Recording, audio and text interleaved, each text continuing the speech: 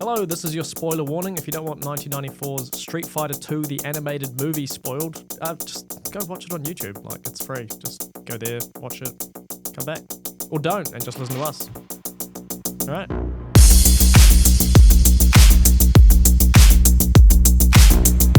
Hello, and welcome to Badaptation, where we watch and talk about every theatrically released video game adaptation, their sequels, tie-ins, and whatever else we fancy. I'm your host, Finn, and I'm joined, as always, by my co-host, Guy. Hello.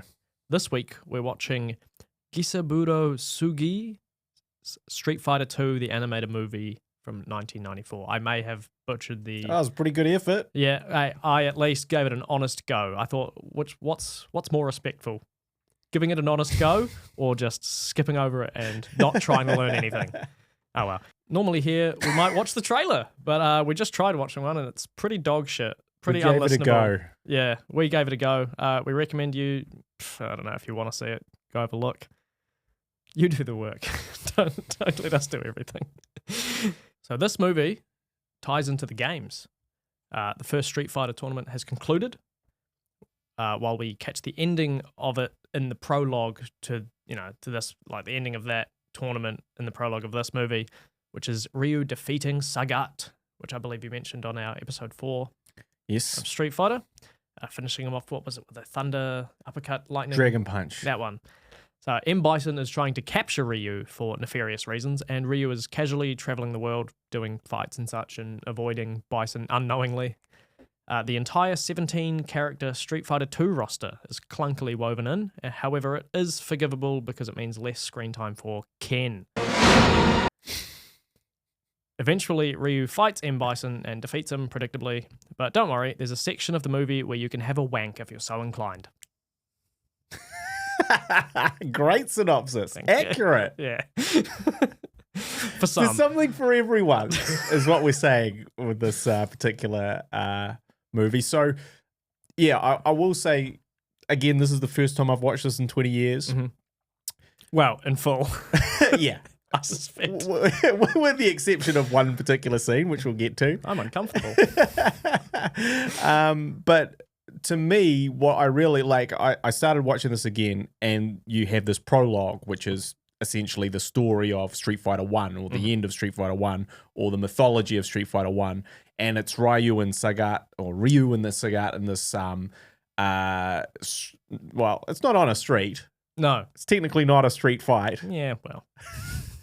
But they have this kind of kick-ass thing, and Ryu beats him, and it's pretty awesome. It's a pretty awesome opening. It's some nice, the fighting game with some fighting in it. Yeah. That was cool. And I was watching that, and I was like, oh yeah, this is clearly, if you were a Street Fighter fan, exactly what you would want to see in a Street Fighter movie. Yes, if you were a Street Fighter fan, but not a movie fan, this is exactly what you'd want to see. Well, I guess that does sort of come to my next sort of thing, is when I talked about watching this, I was like, oh man, Finn's going to love this film. He's going to love it. You know, this is the best of all of them. And I believed you. But as I watched it, I was like, you know what? If you didn't like Street Fighter the game, and you didn't play Street Fighter the game, you probably wouldn't like this Street Fighter movie that much. Not as much. Yeah. Yeah. So I think part of my sort of fandom and my appreciation of this movie is actually tied to the fact that it's like they kind of did make a video game movie that is really like the video game, and Yes. I really like the video game. Yeah. However, if you didn't really like the video game, there's maybe quite a lot less there for you to sort of pick up and enjoy just as a casual watcher. Yeah, like I understood, at least I think I did, like 90% of what was going on due to just loosely knowing the source material. A lot from having to cover 2 movies already and do some research into, hey, what's the difference between Ryu and Ken? Which one's which? Funnily enough, Ken's the white guy. Yeah. Yep, I've logged that. That's Ken. Blonde bowl cut. Don't talk about his hair.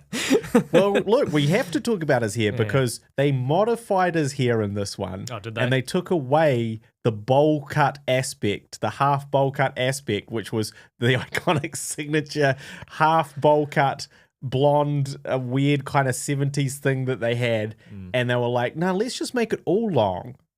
Which was a choice so bold that they chose in the rest of the Street Fighters to do that. They're like, you know what? This blonde bowl cut thing, maybe not cool. Really? And maybe visually this is better. Yeah. So kind of since this movie, this anime, Ken's just had long blonde hair as opposed to a hardcore blonde bowl cut. Yeah, like from what I've read, this anime has inspired a lot of changes within the Street Fighter games in terms of, you know, some storylines were first addressed within this movie that then they've then gone, oh, that's a pretty neat avenue to explore. Let's incorporate that into the games going forward, or you know, at least in the next game or whatever they were doing. So that's like, it seems to have been quite influential. Yes. Yeah. So what were some of your biggest takeaways from this film? Nobody knows how to pronounce Shadowloo, Shadowlao, Shadowlaw. Right. I think that's the third one we've got now. Is the three things we've covered. This is Shadow Law in this one, right? It's even spelt out as Shadow Law, like those two words, and they've just combined them. Yeah. So inconsistent. Which is it? Which is it? Write in, tell us, which one is it? Shadowloo, Shadowlao, Shadowlaw.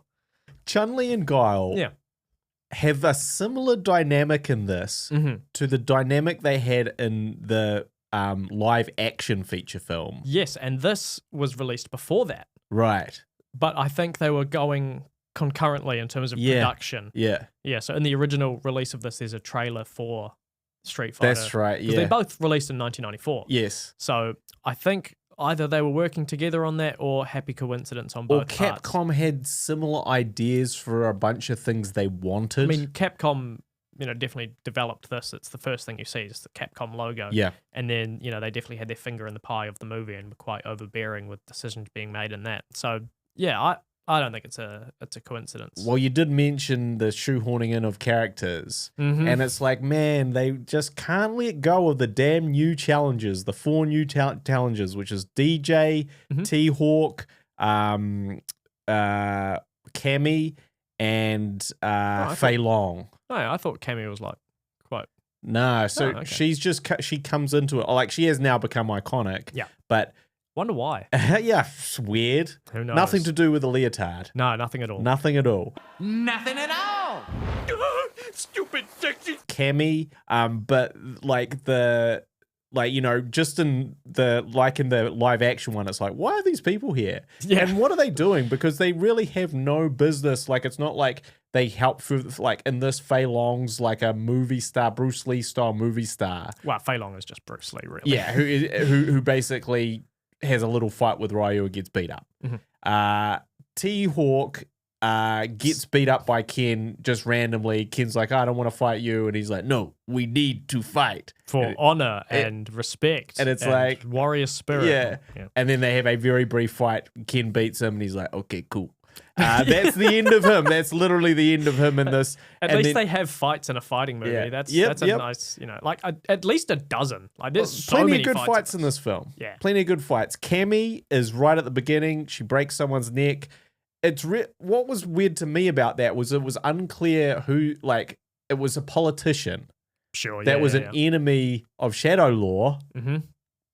Maybe. I guess. We didn't really know. All we know is she assassinated a politician and she's been brainwashed by Bison. The purpose of that was just to have her in the film. Exactly. I think that's I'd say 80% of the characters that are in here. Well, I was like, why were they there? Maybe, just to be there. Yeah, maybe the worst is DJ. Is just working at a supermarket. He's not. I don't know. Does he own the supermarket? Was it I thought it was like a club or something. Was it a club? Bouncer? Was he a bouncer? Maybe he was a bouncer. Yeah. But anyway, he's outside a place. He just beats up a guy. Yeah.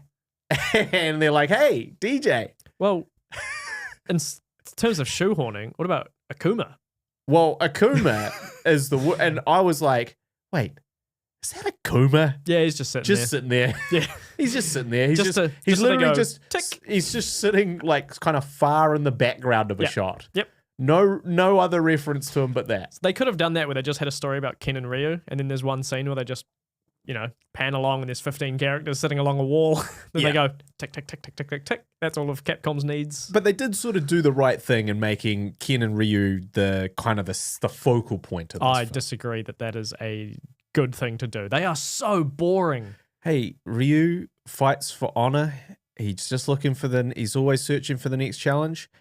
You know what they could have done a much better job. To me, Ken is actually a great character because he's like a flawed version of Ryu. That makes one of us that thinks that. Like, it's not obvious here, but it's like he was interested in the fame and the fortune of what becoming a great fighter meant. Mm-hmm. Ryu chose the honorable way, while Ken likes the pomp and circumstance and the sort of, the prestige of it, which is not why you should be fighting. Yeah. And kind of playing on that idea as a sort of a theme could actually be like a fascinating, sort of story and like, why these two keep clashing. Yeah.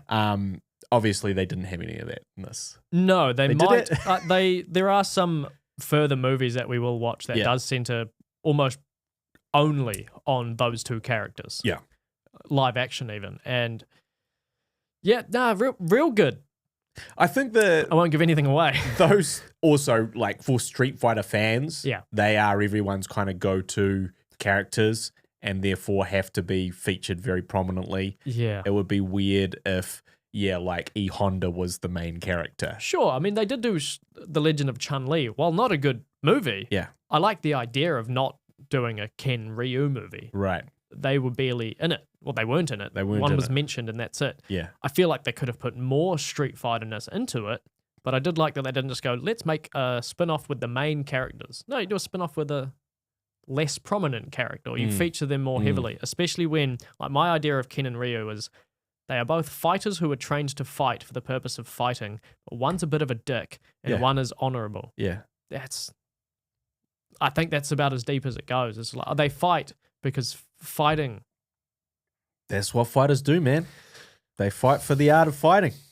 Well, at least Bison kind of has some motivation. Yeah. Instead of just like, I just wanna win the fight.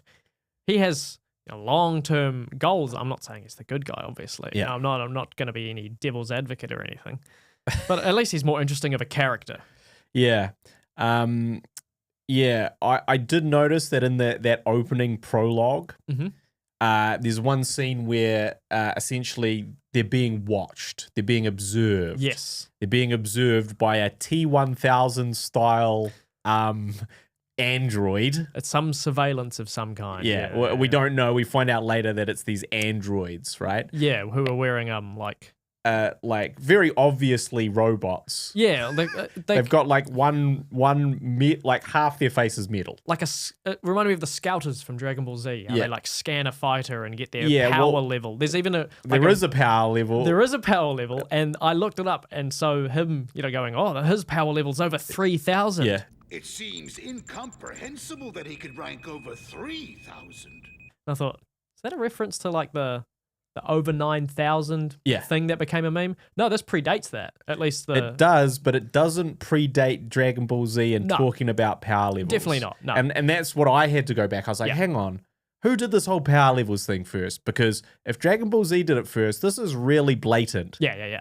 And it's just really blatant. They really just stole it really blatantly. I mean, it's kind of a vague idea. Putting Yeah, a but number it- to someone's strength. Yeah, but it is very, like, they do it very deliberately and specifically in Dragon Ball Z, and then they do it here in almost exactly the same way. Yeah.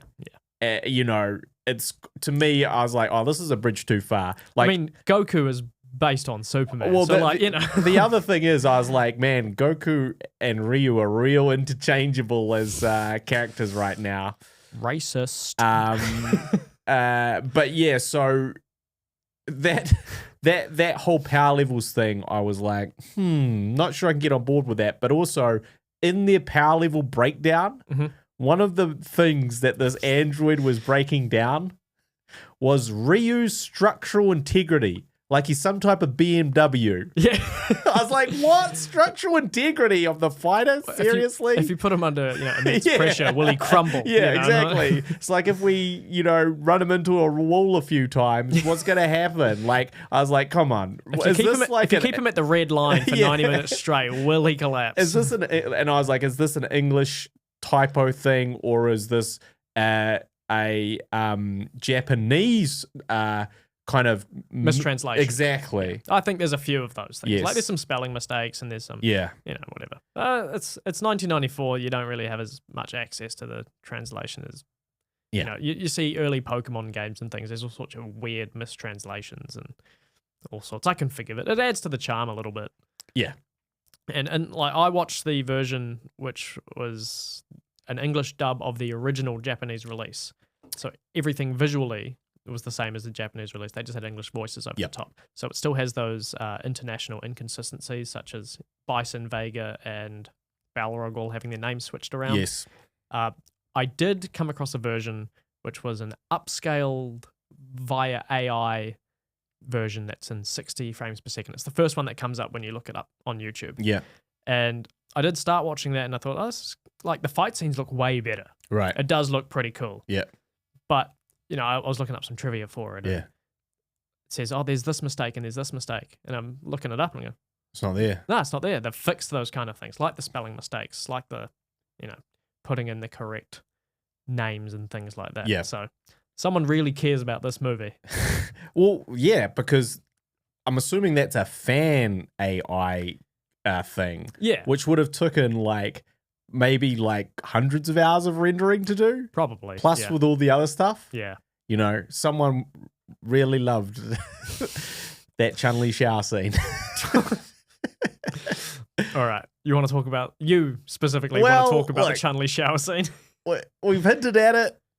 We have to go there. What did you think? I thought it was completely unnecessary. Well, look, here's the thing, right? Mm-hmm. People have showers in real life, right?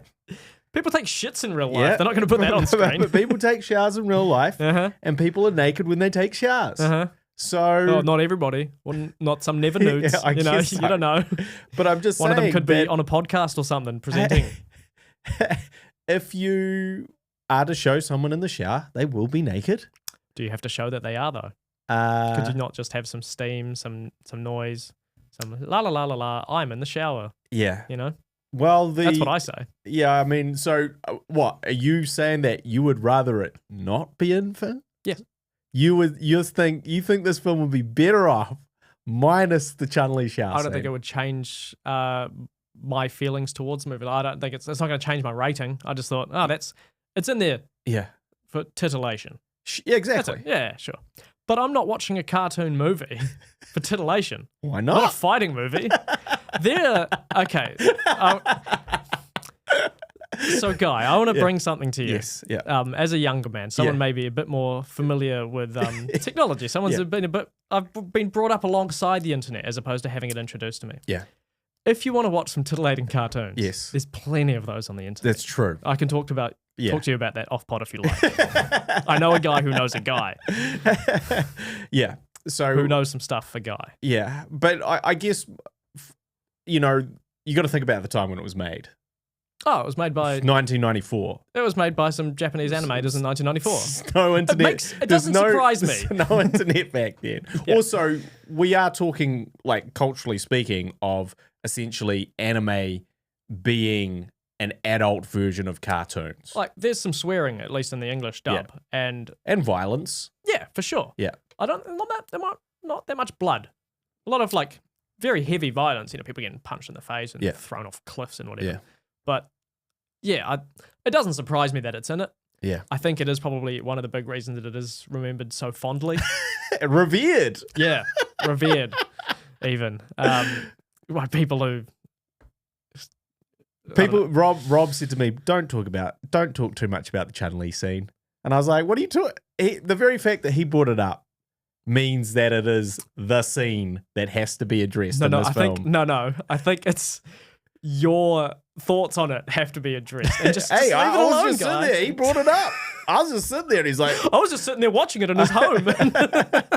And then he decides to talk to me about it. So I guess, because we're probably not going to show it, right? We can't really show the... No, we can show the things around it. Yeah. You know, there's... But essentially, you just see her boobs and her ass as she's taking a shower. Yeah. Before having a kick-ass fight with Vega. Yeah, the fight is pretty cool. Yeah. And her in a button-down shirt and... Nightie? Yeah, a nightie and her undies. Yeah, great. Well, look, Necessary, that's what she I was reckon. in. What you say come that, out of the shower. You say that as if this was a fucking documentary. You're They gonna did check that that. out, yeah. That's a choice. Everything was a choice. Yes, but, real life. Real life. She's around the house. Real life. She's around the house. She's comfortable. She's relaxed. She's wearing not a nightie. comfortable. She's wearing She's a nightie been and her invaded. panties. Her house has been invaded while she's showering. Yeah, She's but not she didn't know that. She didn't know that was going to happen.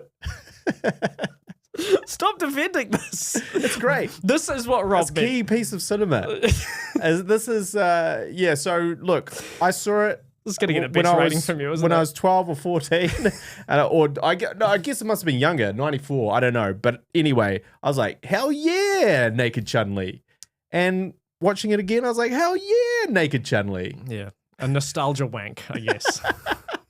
So when you were watching this, you were thinking, Finn's not really going to like this one as much because he's not as But familiar at least with you the like the source Chun-Li material. scene. Well, so you were thinking of me while you were watching the movie. Yeah. And I thought of you while I was watching the movie as well. And I went, he's wanking to this, isn't he? He's having a wank to this again. Again. So the Chun-Li, the Chun-Li scene, brilliant. Empowering to women everywhere, I'm sure. Well, look, she did, Don't speak for women, guy. No, I'm not, but I'm saying that, if they really wanted to, I don't know. I honestly had absolutely zero problem with that. Like, if you're going to make an adult cartoon, have all that shit in it. Don't shy away from any of that. I don't necessarily have a problem with it. Yeah. I just don't really care for it. I guess, would you, though, have an issue with this is a live action and that scene? I kind of just do in a lot of things when it just comes out of nowhere. When it's just like, oh, here's... So you are saying you actually just have a problem with gratuitous sex scenes? When I think it doesn't fit, within the movie, or if I don't think it's relevant or contextually, it's just, it's jarring sometimes. It's like, oh, that's just kind of in there. Or a sex scene that goes on for like way too long. I'm like, yeah, I get it. They're fucking... Yeah. I get it. Yeah. But, that's why we come to the movies for, titillation. I mean, that is a big part of why we watch, to be titillated in different ways. Not necessarily, not necessarily sexually. But and so this is one of those kind of... Hey, I'm no prude. I love me a titty. Sometimes two at once. Two at once, I reckon, is the best way to go. Just not in movies. Not all movies. Not this movie. Not this movie. All right. That's fine. So I'm glad. Well, I'm glad we've covered the tough topics here. I'm not on the podcast. So worthwhile. Still good. Still holds up. That scene still holds up. Yeah, they're just as perky as ever, eh? But that's the thing about animated titties. But I will say that, like, yes, it is followed by, like, I think the best fight in the movie is her fight against Vega. It does like portray her character of like being very resilient. She Yeah. doesn't back down. She just keeps on fighting, and she has a similar thing, like in the Legend of Chun-Li, where she beats him and then collapses. Yeah, but then is found by you can someone. Understand why she collapses a bit more in this one. Yeah, it does. Because of how brutal the fight is. Yeah. And the fight is brutal, which is, again, I think is good. Because they're not pulling any punches. Yeah. With this, and also. The other thing that I thought, though, was kind of hilarious about it is that Guile is en route to her apartment. Help her. She needs his help. Yeah, and ultimately she doesn't need it, which is cool. But also, it's just hilarious because it's with a phone. I was going to say a regular phone. Like, not a cell phone. Yes. There's no cell phones. Non-mobile. He makes a call on a landline. And the landline phone gets knocked off at a certain point, and he's like, "Oh no, I can hear some fighting." It's just so funny because it's so like for someone to watch that in 2023, it's like, what? Yeah. What is going on here? What is this phone just sitting there? Buttons? Yeah. More than one? Yeah. Wires? But yeah, so, and also he's like, it is kind of interesting because he just drives like a maniac to get there. Yeah. And I believe forces a car off the road at some point. Probably. Good guy. Drives the wrong way on an off ramp. Yep. And gets there and she's like, yeah, I took care of that, by the way. Yeah, I did that. I'm strong woman. But thanks. He also is the winner of our favorite segment, Worst Hair. Well, Chun-Li does call him Brushhead at Exactly. one point. Hey, brushhead! Therefore, awarding him the fact that his hair is addressed Yeah. in any sense. I think he's the winner. That's his hair that he has. That's what he's famous for. So he may have the worst hair. Yep. But who's the worst in this movie? Like the worst person? The worst character to consume. Well, look, Ken is pretty bad. It's Ken. Yeah.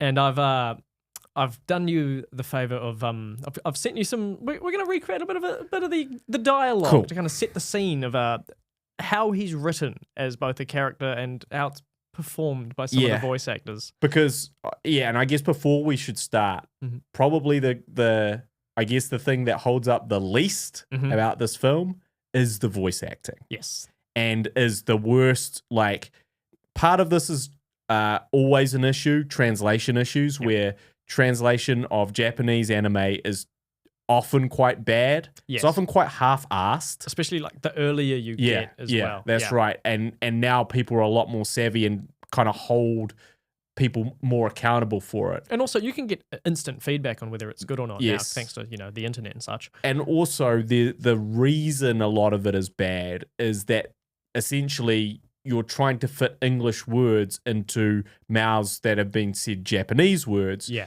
And so sentences are longer or shorter, which means that there's lots of Yeah. And what they also tend to do is instead of trying to change the animation in any way, like, oh, let's make them talk longer to match the dialogue, they'll just shorten the dialogue and just go, well, he has to convey this in like 2 syllables. Yes. So go. And whoever's writing those translations is not necessarily super invested in how good it And sounds. from what I understand, also a lot of voice actors get their lines without any context. They don't know the line that's before or after. They'll record them in isolation, and so they don't know the emotion around it. Okay. Eliza, let's get married. Huh? What do you mean? Right this minute? Sure. Why not?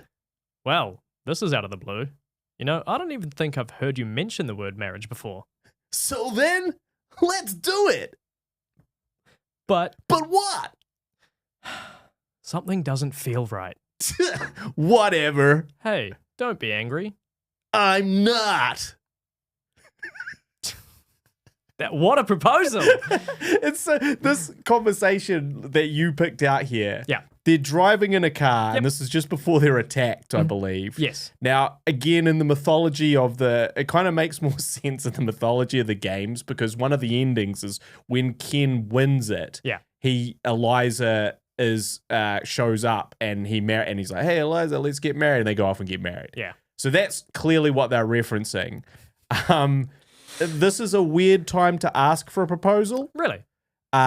This is a weird way to word it. Hold on, Both let me take some notes. of their reactions seem strange and inappropriate. And especially at the end, though, because she's like, hey, don't be angry. And it's like, well, you have just rejected his marriage proposal. Fucking Wouldn't good. he be devastated? He shouldn't. He wasn't very invested, and he's like, come on, let's get married. Yeah, it was a very casual, hey, this just occurred to me as we drive down this road. Wait a second, we're not married. And also, Ken's dialogue is the worst in this film, I think. Yeah. Ken says heaps of weird stuff. He says, I feel like he says exactly what he's thinking in the most simplistic way possible. I'll splice some in of just some horrible dialogue that he has. Shut up! I have had enough of this! I guess I'm in no position to bargain! Sensei, I don't understand what you mean. Please explain it to me. My legs! They won't move! That's it. It's coming back to me. I remember now. Ha ha ha, we have fun. But yeah, least favorite character. In, I think, all of these films, consistently, he's been the worst. He's pretty bland, and anything that does stand out as not bland is bad. Yeah. Which is just bland with less letters. Yeah, I can't stick up for Ken as a character here, but especially his dialogue is like really ropey. He also calls T-Hawk Chief Running Mouth at a certain point. So just what are you trying to prove here, Chief Running Mouth? Which now is probably considered racist. Yeah, cultural differences, Yeah. and mistranslations and whatnot. I'm I'm not defending it, I'm just, that's probably the reason. You spoke of his dialogue being a bit, inappropriately timed. Yeah. One of the most inappropriately timed things in this, that isn't Chun-Li's titties, Yeah. is Guile's bicep flex. Yeah. That he goes like, oh no, you've been put into a coma. I'm gonna get those responsible. But I'll get revenge for what he did to both of us. He just flexes like, and it's not that he just gets It's not mad. anger. It's a legit It's like a his arm is bodybuilding out. pose. Yeah, and I'm so angry. What the fuck was that? Yeah. Is that supposed to be like character development of some kind? Yeah. Really Well, weird. It also should be noted that if you think that I'm pervy about Chun-Li, Jesus. the characters in this film are also very pervy about Chun-Li. I think as equally as he was in the live action film as well. He says, "Oh, you finally get that interview as long as you wear that dress." Right. He says that at the end of that. True. And she's like, "Ah ha ha ha, yes, very very funny, Mr. Guile." Guile says, "Move your cute little butt" at one point. Now move your cute little butt before I run it over. Yeah, they put that. There's this weird little like kind of romantic buddy thing that they develop here, which, as I alluded to earlier, was like it was first explored in this film before being introduced to the games. But then there's this other more disturbing bit where M. Bison is perving at Chun-Li on his like Android monitor. With his surveillance. Yeah, robots. he's surveilling her, Yeah. and he like surveils down to her boobs or something. And then he tells Vega, he's like, Why don't you go have some fun with Miss Lee? I'm sure you can conjure something from that dark imagination of yours. and it almost seems like he's kind of suggesting like some type of sexual assault. Great. And I'm like, I don't know if we can really get on board with that. Like, because it doesn't seem like he's saying, hey, just kill her. Yeah. You know? Yeah, that's very inappropriate. But, Not good. this is Japanese anime. That doesn't excuse it. I'm just saying this is... An explanation as opposed to a... So, yeah. We're really tackling all the tough things today. Also, speaking of, kind of pervy stuff, there's also a scene where Balrog is watching Zangief wrestle Blanca. Yeah. And he seems to get aroused by the fight to the point that he pops his shirt in excitement. He's just sitting there watching this fight and he's like, "Ugh!" and everything just goes. Yes. I thought he was kind of gearing up to like jump in to fight as well. I thought he was just getting a semi over the whole thing. I think that tells us more about you than I don't know. movie. Balrog seemed like he was. I don't know. Balrog was seeming pretty sexy in this movie, and I think it's the movie. Balrog was pretty hyped on that fight. That's all I'll say. So in a comparison to the live action movie, there's a bit of a switcheroo, which I think may have been a coincidence. In the live action film, Guile, is pretending to be dead in the body bag, and he sits up and gives her a fright. Yeah. And she does the old same- switcheroo. That's right. There's a scene where Guile comes in and she's hiding under the blanket pretending to be dead. Yeah. And he's like, "Oh my God, I'm too late." And then she's like, "Hey, no, Hey, I was gotcha. just..." Well, actually, I'm not dead. Lol. Jokes pretending to be dead. No, it's just a prank, bro. Settle down. Capcom loves jokes about characters pretending, tricking other characters who care deeply for them that they're dead. Yeah. That's so funny. Typical It's really funny. Capcom. I do want to show you my favorite lines from this movie. I'll rip your fucking heart out, you filthy bastard! Afraid I don't have one. Oh God, I can't take it! I gotta kill this nut before I kill myself. I've said that. I've said that in real life. Not, you know, that's great stuff. I imagine that's just like a mistranslation Oh, of some kind. totally. They're like, we need to. He needs to say something. It's like, hey, he needs to say something here that makes him upset. Yeah, he wants to shut him up, and he wants to beat him up to shut him up. All right, I think I've got the perfect line, and he was right. He had the perfect was right. line. That was great stuff. So after this scene, you know, big fights happen, but after the movie, there's a bit of a credits. Did you watch the credits? I only watched the end. Actually, I mean, well, should we talk about the ending first? Yeah. The real ending. Yes. Is that Ken and Ryu kind of team up to beat Bison. Yay. And in fact, Ryu or Ken holds on to him to stop him doing his teleportation psychokinesis They use thing. the power of friendship and teamwork to beat the bad guy. And you're like, cool. He's gone. Also, M. Bison is sent straight back into his ship. Yep. And somehow him being thrown into the ship blows up the ship. Yeah, great.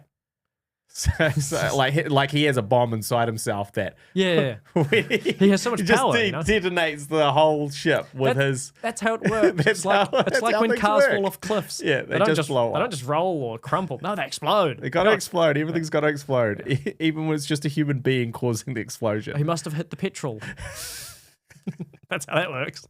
So anyway, you're like, okay, cool, that's it. And then Ken and Ryu have this really awkward exchange. Well, Ken is speaking, so yeah. Yeah, where he's like, hey, where are you going? Ryu goes, dunno.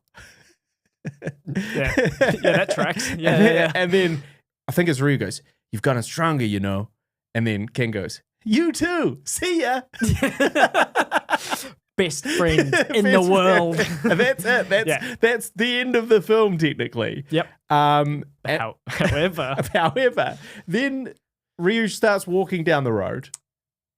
Ken couldn't have given him a ride. And what is he? Yeah, right. He's got a car to blast some Alice in Chains or whatever. But it's also weird. Like Ryu's like walking down the road barefoot, like, you know, like wherever he is miles away. His feet are gonna be torn up by the time he gets to the next town. He's been doing this for ages. That's all he does. He just His walks feet are somewhere. hardened by the stage. Calloused. But anyway, so he's just walking along with his backpack slung over his back.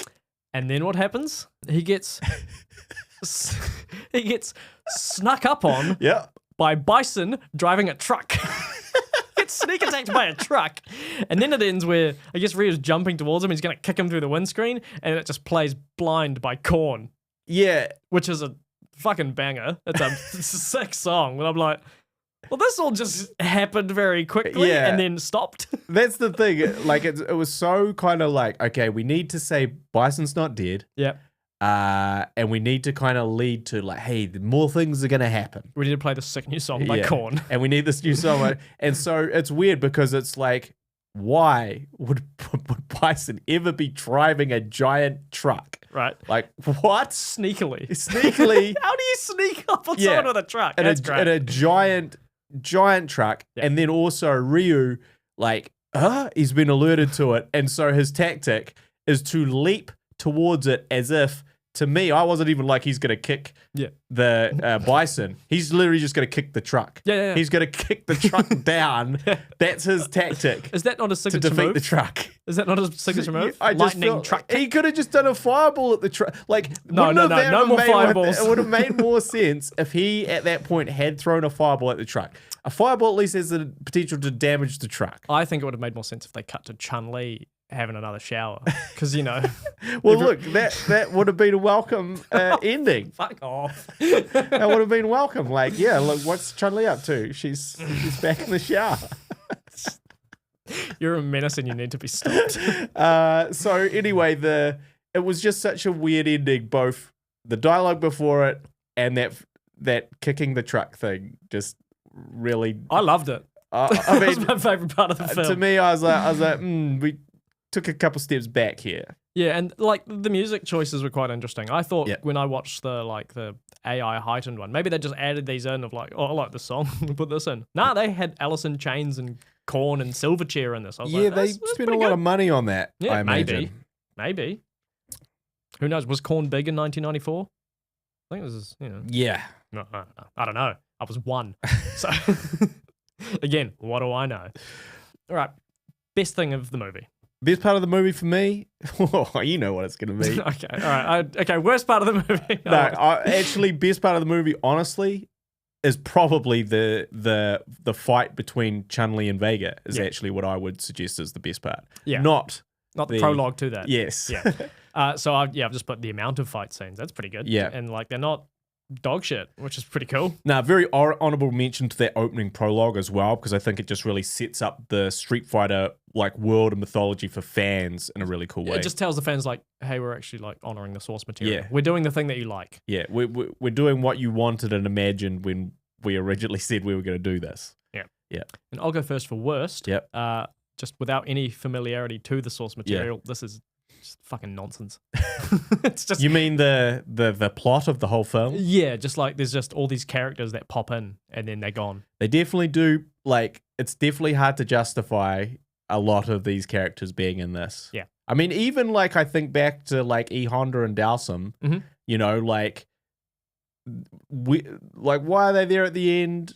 You know, Yeah, they're just what's there. the point? Why did they come along? And also, you know, Giles, like, yeah, I've got to get M. Bison. He comes up against M. Bison and is found wanting. He can't literally land one punch on him. Yeah, he sucks. He totally sucks in this. Chun-Li could have done it. Chun-Li should have done it. Yeah, I bet you wanted more Chun-Li in this movie. Never have too much Chun-Li, apart from if you dedicated an entire movie to her and make it live action. We've already had too Yeah, much Chun-Li, yeah, I yeah. believe. And unfortunately, it's in the future, there's going to be too much Ken and too much Ryu, I believe. Fuck, I hope the wheel doesn't land on that. Man, that'll be it. We're really going all Street Fighter all the time if it's another Street Fighter. I'll keep this in regardless, but I'm definitely keeping it in if it comes up as foreshadowing. Right, now it's time for your favourite segment, Guy. Don't you know? I've got a cracking bit of trivia that I think you're not aware of. So, Fei Long is credited as being voiced by Phil Williams. Do you know who Phil Williams is? I do not. For voice actor union legalities, that was the pseudonym used by Bryan Cranston. Really? Yeah, Mr. Breaking Bad. It's a major organized crime syndicate that trades in weapons and drugs worldwide. They're involved in just about anything that's illegal. That's a fascinating little cameo. Right? Just Walter White just being Bruce Lee. It's sick. That's so weird. Yeah. And I looked up, I was like, oh, maybe this is one of those ones where like there were a bunch of people that went, nah, nobody else has been in stuff other than just more anime and more, I mean, probably great voice actors, but none of them, you know, like. Actually went on to be incredible. I don't know them. Yeah. That's basically what it boils down to. Yeah, and Akuma appearing on screen is made this eke out the live action for like, you know, most characters from the roster being featured in the film. I see. Yeah. Yeah, a little. I wonder if that was just a checklist. I mean, it seemed like the way that they featured him was just, Certainly did. there he is, Yeah. tick, done. Yeah. Yeah. And I've actually got a correction from a previous Don't You Know. Okay. Where I misinformed you and our audience. Very sorry. Sorry about that. On, well, you don't even know what it is I'm yet. apologizing on behalf of thank to you. our audience. Yeah. Yes. Apologizing to all women. That was the voice of Guy Pignon. Yeah, on a previous episode, I talked about how there was the Street Fighter, the movie, the game. Yeah. This movie also has a game. It's called Street Fighter 2 Movie, but it was only released in Japan. So that's why I wasn't really aware of it. There Right. isn't a Western release and probably wasn't very popular just because how many other versions of Street Fighter 2 are there? So in terms of how successful was this? I know that you looked into it a little bit. I did. Mm. Incredibly successful is the answer. It's like one of the most successful video game adaptations of all time. Yeah. Like right? Based off the budget to gross ratio. Yeah, percentage-wise for sure. It made 5 times its budget. Yeah. And for animation, that's pretty big. Yeah, it is pretty, like, so what I read is that it grossed about $29 million off a $6 million budget or $5 million budget, something like that. Yeah. And that's obviously anytime you gross multiples of your budget, that's good. Yes.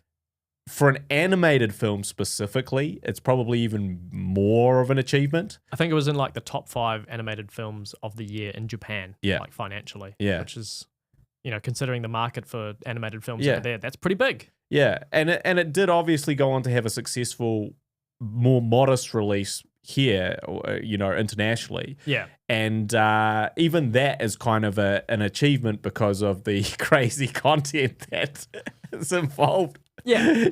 Like as in it's a bad translation and stuff, but I think a lot of people, like a lot of Street Fighter fans, came away from that being like, hey, that was a fucking cool tribute to what I loved about the games in Street Fighter. Yeah. It was because it was a huge property at the time, Street Fighter 2. Yeah, and also at that time, Street Fighter was the game. Yeah. And so, again, different kind of significance and relevance to what it is now. If it came out now, it'd be, I can't. Not even this one in particular, Yeah. but if it was like, hey, we're doing a Street Fighter animated movie, 2D. Yeah. Yeah. At the time, they really just got in at that's Exactly. that sweet spot. Yeah. And it's generally favored by Street Fighter fans as well. Like when I was looking at comments and things Yeah. on videos, people were like, this is just as good as I remember. I loved this. Yeah. It could be a lot of nostalgia. Yeah, there's definitely an element of nostalgia to like rewatching that because like I can acknowledge like this plot. Yeah. And too many characters. There's a lot of things that, like I said, I was like, I thought Finn was going to watch this and think it was brilliant. And then I was like, I don't know if he'll think that because as a non-Street Fighter fan, it really is for Street Fighter fans. So I think I wouldn't recommend this film to someone who casually just wants to watch a bad video game adaptation. Or just if someone wants to watch anime yeah. that's based on, fighting, like having some kind of combat or whatever, this isn't it. No. It's I nice. mean, you can watch Dragon Ball Z. I'd recommend Dragon Ball Z over this, but yeah. But for Street Fighter fans, I would highly recommend it. Yeah. So you wouldn't recommend it to me? to watch. Yeah. And do a podcast about. Yeah. And do significant amounts of research and watch 3 times. Yeah. Yeah, I did end up watching this 3 times. Little peek behind the curtain. This ended up, I watched it basically straight away, and then I went, I didn't really watch it that I well. didn't really absorb much of that. So I then kind of listened to it while I was working and realized, and then you're like, that didn't work either. In terms of audio, this thing kind of sucks. There's a lot of just dead air and just music playing and a lot of ambience. Yeah. Or you've just, like the fighting sounds, ha, hui, huh, huh, What was going on? Who was that even? Yeah. Oh, it's Walter White having a biff with I was going to say, what did your boss think of you watching Street Fighter 2 as you worked? No, they don't care. It was better than. You're thinking that I was watching the Chun-Li scene? Not just the Chun-Li scene, but literally there's just Street Fighter 2 up against all this other stuff, and you're like, hey. It's just my fun. I'm still getting my work done. If you can, it doesn't matter what you do as long as you get your work done. That's true. That's my philosophy. No, look, that is something that employees should really think about, I think, is like, look, watch Street Fighter the anime, the movie in work hours, as long as you've also done your work at the end of work. Wait, no, I think it should be mandatory that you have to watch the Street Fighter 2 animated movie. But it's like, go ahead and watch your YouTube. That's what the second screen's for. Yeah, like watch your sport game, do whatever, as long as it doesn't actually prohibit you from working, go for it. I think. Yeah. But anyway, as an employee, not an employer, I agree. So this movie was a 10. But Guy, out of what? Well, I have to I need reference for my current top rating. Current top rating. Yep. The movie you've rated the highest was Doom at 10,000, and previous Street Fighter at I believe the live action was 13, and the Legend of Chun-Li was 1,300. Well, I think I'm going to give this one 10 out of 15. Out of 15. Yeah. That's the same as you gave Resident Evil. Yeah. Equally enjoyable for you? I think so, yes. Alrighty. But only as a Street Fighter fan, and that is a very important caveat to my rating system here. Yeah. I'm going to give it a 10 out of 25. Oh, there we go. Which I think is the first time. What, you've cracked the 20s? No, it's the first time that you've enjoyed a movie more than me in terms of our ratings. Yeah. Which makes sense. The bigger Street Fighter fan enjoys the Street Fighter movie a little bit more. Yeah. The one that's at least more faithful to the games. Yeah. Haven't played them. Don't care to. I've actually played less Street Fighter than last time we recorded an episode I about Street Fighter. had a little jam on Street Fighter 3 Second Impact the other day, so I actually frequently play that on the arcade machine. So Fair enough. Yeah. And that brings us into our recommendations. And I've actually got a recommendation regarding a version of Street Fighter 3. So I'm once again recommending a Matt McMuscle's video. This time a look at the troubled development of Street Fighter 3. It's the eventual sequel to the most popular fighting video game at the time. And from what I understand, it has an all-new roster except for Ken and Ryu. yeah. My least favorite characters Yeah. returning, and then the rest is new. But all the new characters are kind of weird, and I suppose you could say that about all the Street Fighter roster, but I didn't recognize any of them. I don't think that they're like sort of in Street Fighter canon, sort of like all these new characters are like, yeah, it's going to be a total new roster, and then they got cold feet, and they're like, well, we better put Ryu in there, and then, Ryu and Ken are the same skin, so we can probably get away with it. So we can basically do that. And, you know, I don't find any of those new characters particularly memorable in the way that the old ones were. Yeah, they haven't like penetrated the zeitgeist. Exactly. Like, I recognize all of these Street Fighter characters. Yeah, as someone who hasn't played Street Fighter, yeah. But you don't know who Alex is. Who the fuck is Alex? No, exactly. Well, he was meant to be the guy, the new Ryu, basically. Oh, Yeah. with a generic name, just Alex. Alex, yeah. I think he's got a whole weird story. Anyway. They all do. They all do. There's Alex in Tekken as well. yeah. I think he's a dinosaur Yeah. with boxing gloves. Yeah. That's way more memorable. That is much more memorable. Something else that's memorable to those who have been keeping track of esports. I'm not one of them. However, I Neither did am find I. this little nugget. It's a YouTube video covering one of the most iconic and impressive feats of video game skill ever caught on camera and at an esports event, Yeah. no less. There's like a 17-hit move from Chun-Li that she does one of it, and some guy manages to block every single hit in a competitive fight in front of a bunch of people. It's a great video. They interview the guy that actually managed to do it, Yeah. and you know what he's done since and how it influenced others in terms of And what he's competitive done fighting games. since remained in his mum's basement. Yeah, wanking with his mates alongside Over the Chun-Li to shower Chun-Li's- scene. Yeah. That's so you know the guy. Wow. That's the where are they now on that guy? He's probably, we're laughing, but he's probably like really rich from esports. No, I think he's just some guy. It's just a thing that he did, and he's just like, oh yeah. That was Well, there's a cool. lot of money in esports. Now, They see you back then, maybe not. quite a long time Okay. ago. Yeah. Okay. No, he's still in the basement then. Oh, he could just be a guy. Nah, he can't be It's a one or guy. the other. The dichotomy of gamers, rich or loser. There is a healthy Total middle loser. of rich loser. There's a bunch of those. All right, time to spin the wheel, guy. Alrighty. What are we doomed to watch next? Please don't be Street Fighter. Oh, we're gonna watch the next Resident Evil. We Finally are. getting the series further underway. Man, I'm not happy about this. I'm stoked. Yeah, I'm not happy about this. This is Resident Evil 2. Woo! This is fun. I have a feeling Mhm. that Resident Evil 2 is the worst Resident Evil of all those Resident Evils. Subjectively. Have a bad feeling. Well, you like good movies. I like some movies. I think this next one, we're going to have a bunch of fun. Yeah. Okay, cool. Me having fun at your expense. Yeah. Me having fun because this movie may or may not be good. No spoilies. I would like to thank everyone. Yes. So, if you like what we do, please consider following us using the links in the show notes or the description and leave honest, high rating reviews. Subscribe to the YouTube channel. Hit like on everything. Yeah. Rate on Spotify. Yeah, you can rate. You can't leave reviews, unfortunately, but you can email us. Yeah. We've got links. Yeah. As I so said, show notes, reach out, description. but all the feedback is highly encouraged. So and thank you to everyone that has been listening and letting us know. Yeah, means a lot. Means our little project can grow.